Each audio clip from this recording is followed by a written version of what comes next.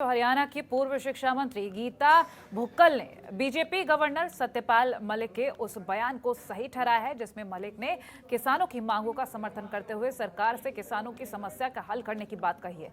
भुक्कल ने कहा कि मलिक साहब बगैर किसी लोभ लालच के पहले भी इस तरह के किसान हित में बयान देते रहे, इसलिए वो चाहती हैं कि किसी और की ना सही कम से कम मोदी सरकार अपने गवर्नर की ही बात को मानकर किसानों की समस्याओं का निदान करें। आपको बता दें कि भुक्कल झज्जर के गांव छारा सांपला मोड़ पर वाल्मीकि जी की मूर्ति पर माल्यार्पण किए जाने के बाद मीडिया से बातचीत कर रही थी और इस दौरान भुक्कल ने कहा कि कृषि कानून पूरी तरह से किसान और कृषि विरोधी है। यही वजह है कि कई संगठन और विदेशों में भी इन कृषि कानूनों को खत्म करने के लिए किसानों की मांगों का समर्थन किया जा रहा है।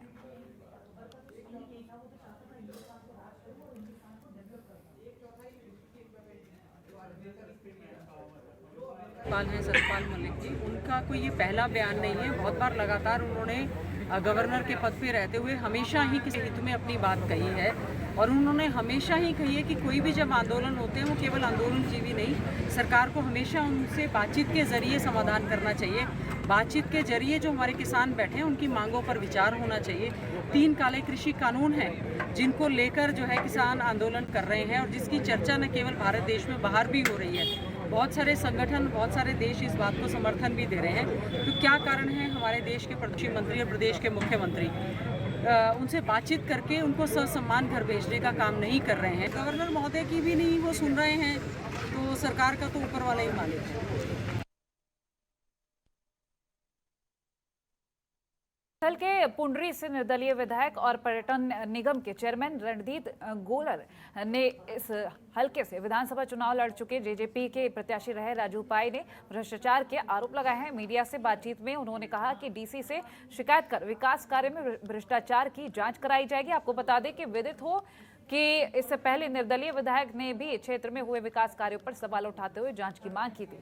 जेजेपी प्रत्याशी रहे राजू पाई ने बताया कि उप मुख्यमंत्री की स्वीकृति के बाद उन्होंने हलके के पुराने गांव पाई, भाड़ा, करोड़ा, रमाड़ी सहित कई गांव में करीब 14 लाख रुपए के विकास कार्य कराए हैं। ये बात रणधीर गोलन ने इनको नागवारा गुजरी और उन्होंने डीसी को पत्र लिखकर गांव में हुए विकास कामों की जांच बैठा दी और उन्होंने कहा कि वो जांच के लिए तैयार है, लेकिन विधायक की ओर से कराए गए कामों की भी जांच की मांग की जाएगी।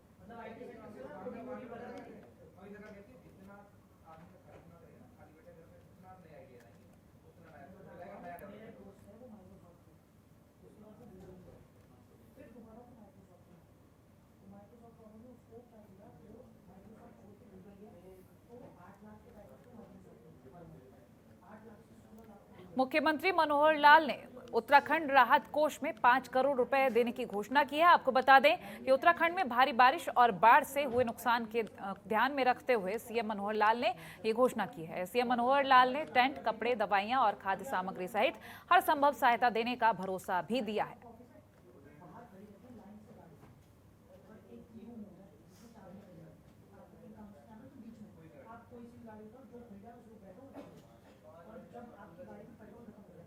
तो उत्तराखंड राहत कोष में 5 करोड़ रुपए देने का ऐलान किया है, संभव मदद देने का आश्वासन दिया है। बता दें उत्तराखंड में जो इस वक्त स्थिति है उसको देखते हुए हरियाणा मुख्यमंत्री से मनोहर लाल ने ये घोषणा की है।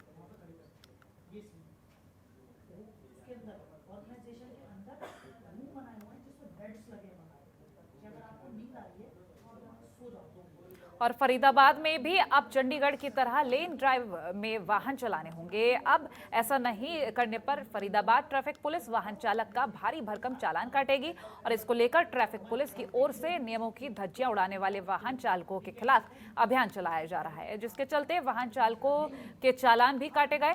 ट्रैफिक एसएचओ राजीव कुंडू ने बताया कि अब वाहन चालकों को लेन ड्राइव के हिसाब से चलना होगा। ऐसा न करने पर उनके चालान भी काटे जाएंगे और ये अभियान अब लगातार जारी रहेगा। बड़े वाहनों को बाएं हाथ पर और कार चालकों को बीच में और ओवरटेक करने वालों को दाहिने हाथ पर वाहन चलाने होंगे। जो लोग नियमों की धज्जियां उड़ाते हुए नजर आएंगे उनके लिए अब सीसीटीवी कैमरे भी शुरू किए जा रहे हैं। सीसीटीवी की मदद से ऐसे वाहन चालकों का ऑनलाइन चालान भेजा जाएगा।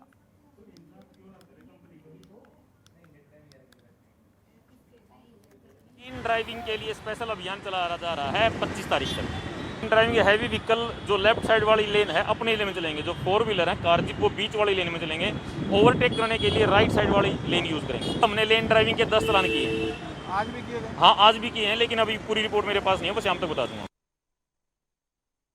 और करनाल जिले में डेंगू के मरीजों की संख्या बढ़ती जा रही है। जिले में डेंगू के 38 केस आ चुके हैं। वहीं दूसरी तरफ स्वास्थ्य विभाग की ओर से डेंगू के मरीजों के लिए सिविल अस्पताल में एक वार्ड अलग से बना दिया गया है।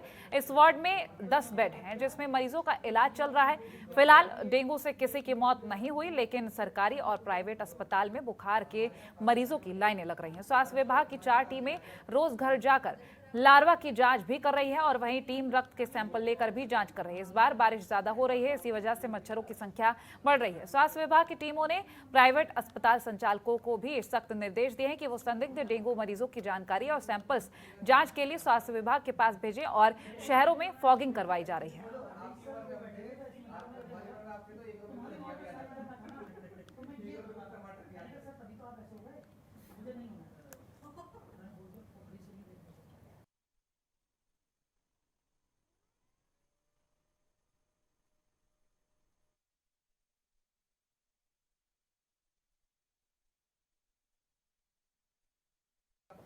और कुरुक्षेत्र में बांग्लादेश में हिंदुओं के मंदिर में हुई तोड़फोड़ को लेकर सड़कों पर हिंदू समाज के लोग उतर आए और आतंकवाद का पुतला फूंका। आपको बता दें कि बांग्लादेश के अंदर जिस तरह से इस्कॉन मंदिर और तमाम हिंदुओं के मंदिर में हिंसक घटना हुई, दुर्गा पूजा के पंडाल तोड़े गए, जिसको लेकर बजरंग दल और हिंदू समाज ने सड़कों पर उतरकर अपनी सुरक्षा की मांग भी की है और आतंकवाद का पुतला भी फूंका है।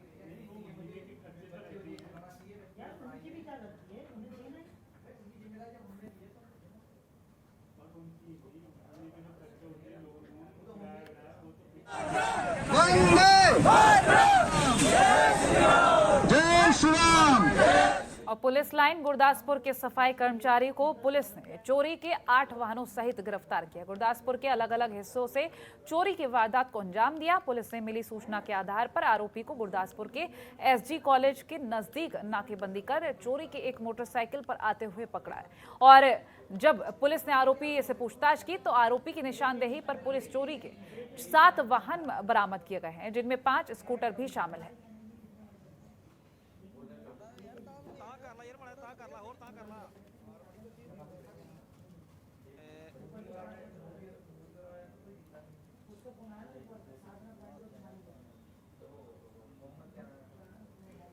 सब इंस्पैक्टर ओंकार सिंह ने एसटी कॉलेज गुरदासपुर नाका लगाया ਸੀ। ਉਹਨੂੰ ਮੁਖਬਰ ਖਾਸ ਨੇ ਮੁਖਬਰੀ ਕੀਤੀ ਵੀ ਸੁਨੀਲ ਕੁਮਾਰੀ ਤੇ ਸਬਬਰੂ ਸਨ ਆਫ ਅਸ਼ੋਕ ਕੁਮਾਰ ਵਾਸੀ ਕੀਤਾ ਭਵਨ ਰੋਡ ਗੁਰਦਾਸਪੁਰ ਜਿਹੜਾ ਮੈਂ ਅੱਜ ਕੋਈ ਚੋਰੀ ਦਾ ਮੋਟਰਸਾਈਕਲ ਲੈ ਕੇ ਤੇ ਕਿਤੇ ਵੇਚਣ ਜਾ ਰਿਹਾ ਤੇ ਜੇ ਵੀ ਨਾਕਾਬੰਦੀ ਕਰਕੇ ਤੇ ਇਹਦਾ ਸਾਰਾ ਹੋਲੀਆ ਦੱਸਿਆ। ਕੁਝ ਸਮੇਂ 'ਚ ਇਹਨਾਂ ਓਂਕਾਰ ਸਿੰਘ ਨੇ ਇਹਨੂੰ ਨਾ ਇੱਕ ਮੋਟਰਸਾਈਕਲ ਤੇ ਸਵੇਤ ਕਾਬੂ ਕੀਤਾ ਤੇ ਉਹ ਇਹ ਮੰਨ ਗਿਆ ਵੀ ਮੈਂ ਇਹ ਮੋਟਰਸਾਈਕਲ ਆਪਣੇ ਕੀਤਾ ਭਵਨ ਰੋਡ ਤੋਂ चोरी ਕੀਤਾ है। और फिलहाल खबरों में इतना ही। देखते रहिए जनतंत्र टीवी। नमस्कार। खबरों के निष्पक्ष विश्लेषण के लिए सब्सक्राइब करें Jantantra TV and press the bell icon. Never miss any update.